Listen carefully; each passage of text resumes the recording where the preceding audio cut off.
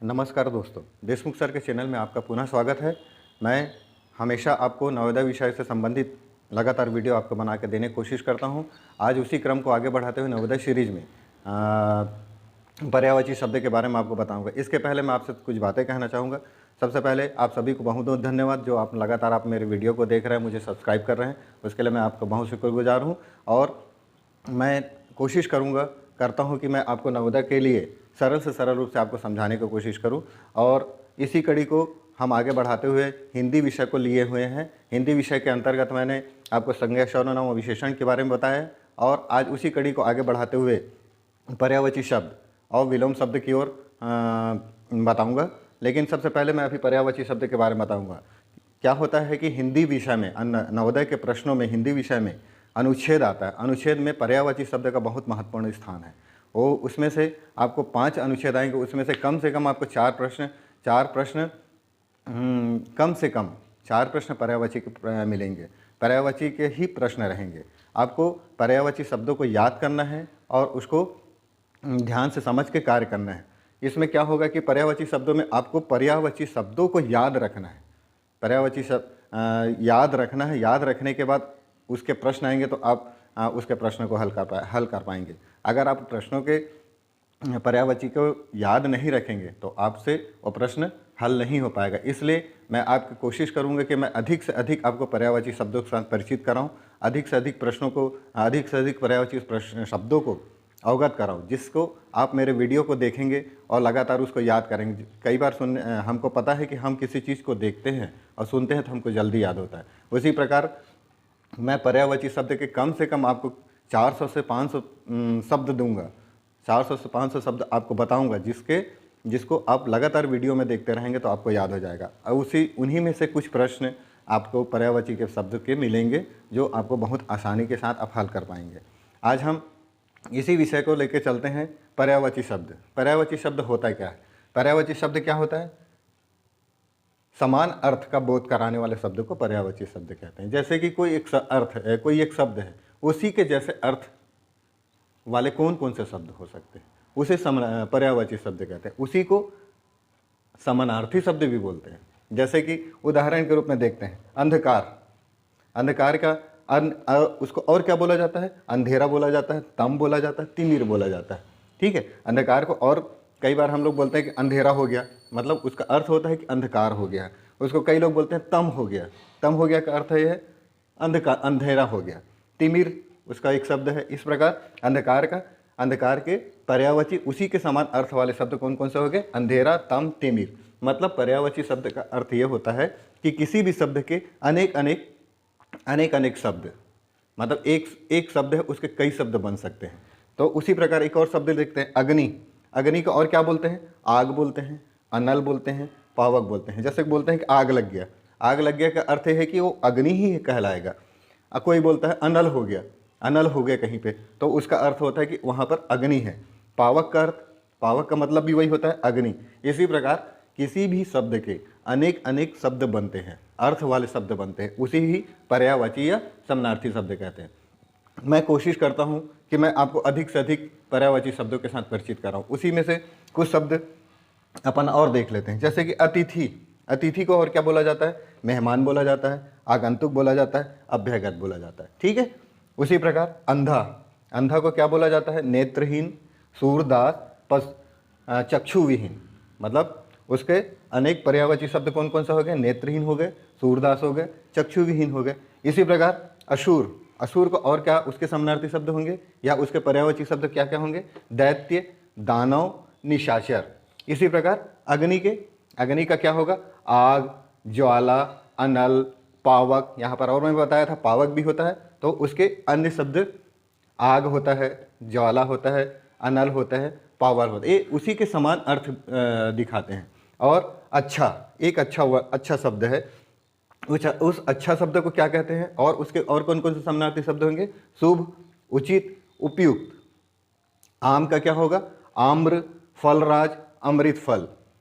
ईश्वर का क्या होगा? प्रभु, ईश, भगवान। कपड़ा का क्या होगा? वस्त्र, वसन, चीर। इस प्रकार से पर्यायवाची शब्द, हर शब्द के बहुत सारे पर्यायवाची शब्द होते हैं। अब क्या होता है कि हम अर्थ के अनुसार हम अलग अलग उसका समूह का निर्माण कर सकते हैं। जैसे क्या होता है, आग एक अलग समूह है, पक्षी एक अलग समूह है, देव अलग समूह है। तो हमने क्या किया है कि सभी समूह के अलग अलग पर्यायवाची शब्द का एक भंडार बनाया है। उसी शब्दों को उसके समूह को निर्माण किया। उस समूह के बारे में हम बता रहे हैं कि कितने प्रकार के समूह हो सकते हैं। पहला समूह हो सकता है पक्षी समूह। पक्षी समूह में जैसे कोयल, कौवा, ये सारे पक्षियों के समूह में आते हैं। देव समूह में भगवान, शंकर, गणेश, ये देव समूह में आता है। पशु समूह में गाय, बकरी, बैल, ये सारे पशु समूह होते हैं। प्राकृतिक समूह में ऋतुएं आ जाती है, वर्षा ऋतु, ठंड, शीत ऋतु, इस प्रकार के जो प्राकृतिक, ये सारे सभी शब्द प्राकृतिक समूह के अंतर्गत आते हैं। देह समूह में शरीर हो गया, हाथ हो गया, आँख हो गया, ये सब देह समूह में आता है। और पेड़ पौधे में सब पेड़ों के अलग अलग नाम है, उन सभी के एक अलग समूह बनाए गए। इसके अलावा अन्य भी शब्द होते हैं जिनका भी हमने समूह बना दिया है। तो हम इन सारे समूह के बारे में अलग से विस्तार से पढ़ेंगे कि पक्षी समूह के अंतर्गत कितने शब्द बनते हैं, वह कितने सारे शब्द आते हैं। देव समूह के अंतर्गत कितने प्रकार के शब्द आते हैं। पशु समूह के अंतर्गत कितने प्रकार के शब्द आते हैं। प्राकृतिक समूह के अंतर्गत कितने प्रकार के शब्द आते हैं। देव समूह के अंतर्गत कितने प्रकार के शब्द आते हैं। उन सारे शब्दों के पर्यायवाची और समानार्थी शब्द हम अलग अलग रूप से हम आपको बताएंगे, ताकि आप लगातार वीडियो को देखते रहेंगे, जिससे वो शब्द के पर्यायवाची और समानार्थी शब्द उसको आपको याद हो जाएंगे। आप लगातार इस वीडियो को देखेंगे तो आपको वो सारी चीज़ जल्द ही याद हो जाएंगे। ठीक है, मैं अभी आपको पक्षी समूह की ओर ले चलता हूँ। पक्षी समूह में कितने प्रकार के शब्द हैं, जिनके क्या क्या पर्यायवाची शब्द बनते हैं, उसके बारे में अवगत कराऊंगा। ठीक, हम अलग अलग समूह पर चर्चा करेंगे। सबसे पहले हम पक्षी समूह पर चर्चा करते हैं। पक्षी समूह के अंतर्गत कोयल, पक्षी समूह के अंतर्गत पक्षियों के नाम होंगे जो निम्नानुसार है। जैसे कोयल को और क्या क्या उसके समानार्थी शब्द हैं या पर्यायवाची शब्द हैं। तो कोयल को बोलते हैं कोकिल, पीक, बसंतदूत। कोयल को क्या क्या बोलते हैं? कोकिल, पीक, बसंतदूत। उसी प्रकार कौवा को क्या बोलते हैं? काक, काग, चुगलखोर। कौवा का पर्यायवाची शब्द क्या होगा? काग, काग, चुगलखोर। उसी प्रकार कबूतर का पर्यायवाची शब्द होगा कपोत, परेवा, हारिल। भौरा का पर्यायवाची शब्द होगा भ्रमर, मधुकर, भृंग। मोर का मयूर, केकी, कलापी। खग का पक्षी, चिड़िया, पंछी। तोता का सुक, सुआ, सुग्गा, मियाँ मिट्ठू। इसी प्रकार पक्षी समूह के अधिकतर पक्षियों के नाम होते हैं जिसके अलग अलग पर्यायवाची शब्द होते हैं। हम अगला लेके चलते हैं देह समूह की ओर। देह समूह में हमारे शरीर के अंगों के नाम रहेंगे। जैसे दांत के पर्यायवाची शब्द क्या क्या हो सकते हैं? दांत के पर्यायवाची शब्द होते हैं दंत, रद, रदन। हाथ का पर्यायवाची शब्द होगा हाथ का हस्त, कर, पाणी। पेट का उदर, जठर, आमाशय। कान का कर्ण, श्रवण। जीभ का जिह्वा, रसना। उसी प्रकार खून का पर्यायवाची शब्द होगा रक्त, लहू, रुधिर। शरीर का पर्यायवाची शब्द होगा काया, देह, तन। पसीना का पर्यायवाची शब्द होगा श्रमकर्ण, श्रम सीकर। और आंख का पर्यायवाची शब्द होगा चक्षु, लोचन, नयन। ठीक है, देह समूह में और भी शरीर के अंग होते हैं जिनको हम आपको अगले अन्य में बता देंगे। इसी प्रकार हम आगे देखते हैं। आगे अब हम पशु समूह की ओर चलते हैं। पशु समूह के अंतर्गत हम पशुओं के पर्यायवाची शब्दों के बारे में जानेंगे। जैसे सबसे पहले अपन घोड़ा को और क्या बोलते हैं? घोड़ा का पर्यायवाची शब्द है अश्व, घोटक, है। यानी घोड़ा का पर्यायवाची या समानार्थी शब्द क्या क्या हुआ? अश्व, घोटक, है। उसी प्रकार गधा का खर, गर्दभ, घूसर। गधा का खर, गर्दभ, घूसर। हिरण का मृग, हरिण, सुरभि। हिरण का क्या क्या है? मृग, हरिण, सुरभि।